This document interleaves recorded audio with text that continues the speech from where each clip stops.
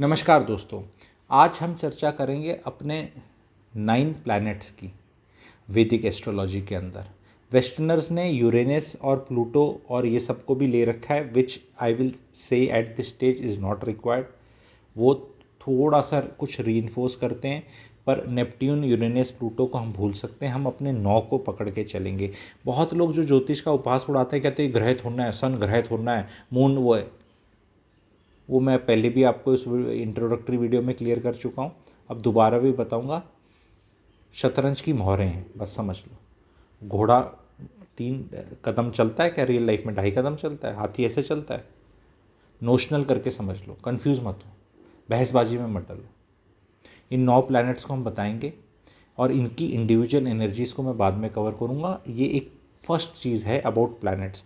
तो सबसे पहले प्लैनेट्स को याद करने का तरीका बड़ा इजी कर लेते हैं। हम संडे से सैटरडे पकड़ लेते हैं या मंडे से संडे पकड़ लेते हैं, लेट से, ठीक है। तो मंडे का हम मंडे है MONDAY मंडे, तो मंडे मून हो गया। मून को हिंदी में बोलेंगे चंद्र।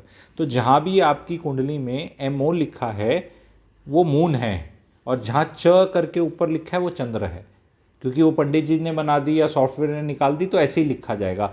कहीं MOON लिखा हुआ नहीं मिलेगा नॉर्मली, क्योंकि अगर 4 प्लैनेट एक में आ गए तो भीड़ बहुत बन जाएगी। तो कोड लेवल पे इजीली आपको सिखा रहा हूँ। तो MO इज़ मून और च लिखा है वो चंद्र हो गया आपका, ठीक है। वो जहाँ पे भी है, ठीक है। सेकंड याद रखने का है, ट्यूसडे को हम हिंदी में बोलते हैं मंगलवार। तो मंगलवार यानी मंगल यानी कि मार्स। तो जहाँ पे म के ऊपर डॉट लिखा है वो मंगल है, और MA लिखा है तो मार्स है। MO मून है, MA मार्स है। कितनी सरलता से आराम से सिखा रहा हूँ।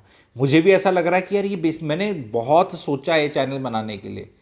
बिल्कुल I could started from let's say middle school. मैं बिल्कुल A फॉर एप्पल से स्टार्ट कर रहा हूँ। तभी आप लोगों को मज़ा आएगा। शेयर करना, सब्सक्राइब करना, सब्सक्राइबर बढ़ाना, ठीक है। तो पहले तो मून हमने सीख लिया मंडे से, ट्यूसडे से हमने मंगल सीख लिया। अब आता है जी तीसरा बुधवार। बुधवार यानी कि बुध यानी कि मरकरी। तो मरकरी आपको अगर इंग्लिश का है तो ME लिखा मिलेगा। जहाँ ME लिखा है वो मरकरी समझ लेना। और हिंदी में ब और उसकी मात्रा करके लिखा गया, बुध भी लिखा मिल जाएगा, पूरा भी लिखा मिल जाएगा आपको, ठीक है। तो मरकरी आपका ये हो गया, ठीक है। उसके बाद आ जाता है आपका जुपिटर यानी कि गुरुवार। गुरु तो इसका प्लैनेट अब कौन सा होगा? JU, Jupiter. जुपिटर की पूरी इंग्लिश है जुपिटर। जहाँ JU लिखा हुआ है इंग्लिश में वो जुपिटर है, और हिंदी में ग को छोटे ऊ की मात्रा लिखा होगा, ठीक है।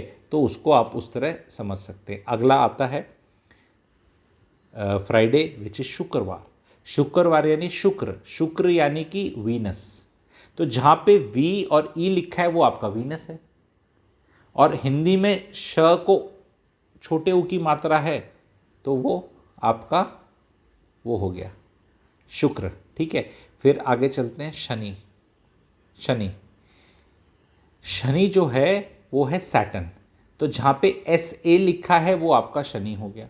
SA जहाँ भी लिखा है वो शनि है। हिंदी में वो श करके ही लिखा जाएगा। उस श के नीचे वो छोटा हो जाता तो शुक्र हो जाएगा वो, लेकिन वो श है तो शनि है वहाँ पे, ठीक है। उस शनि पूरा भी लिखा जा सकता है, कभी छोटे हैं हिंदी में, कई बार बुध शनि कई में मैंने देखा है, अलग अलग छोटे में भी आ जाते हैं। तो शनि हो गया अपना, ठीक है, छठा। सातवां हो गया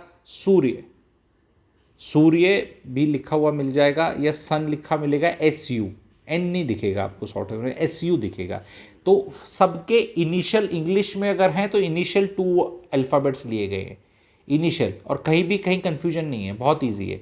MO मून है आपका, मंगल MA है, मरकरी ME है आपका, जुपिटर JU है, वीनस VE है, और सैटर्न SA है, और सन SU है। अब आ जाते हैं 7वें 8वें 9वें पे। ये आ जाते हैं मून के नोड्स, बोला जाता है नोशनल पॉइंट्स हैं। नॉर्थ नोड को राहु बोलते हैं, साउथ नोड को अपना केतु बोल देते हैं। ये अब इसके पीछे बैक स्टोरी है, वो अमृत मंथन हो रहा था, वो आगे मैं वीडियोज़ में बता दूंगा, पर आज सिर्फ प्लैनेट्स बता रहे हैं हम।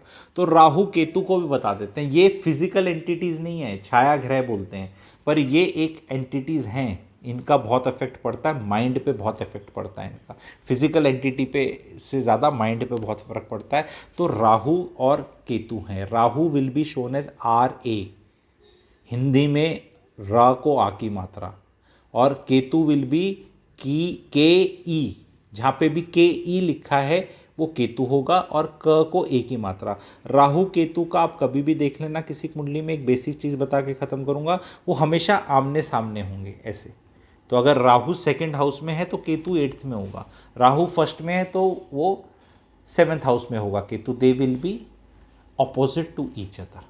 ये हमेशा आप इस बेसिक चीज़ को याद कर लेना। ये हमारे 9 प्लैनेट्स हैं, इन्हीं से सारा काम चलाएंगे हम, और इनसे बहुत कुछ सीखने को मिलेगा।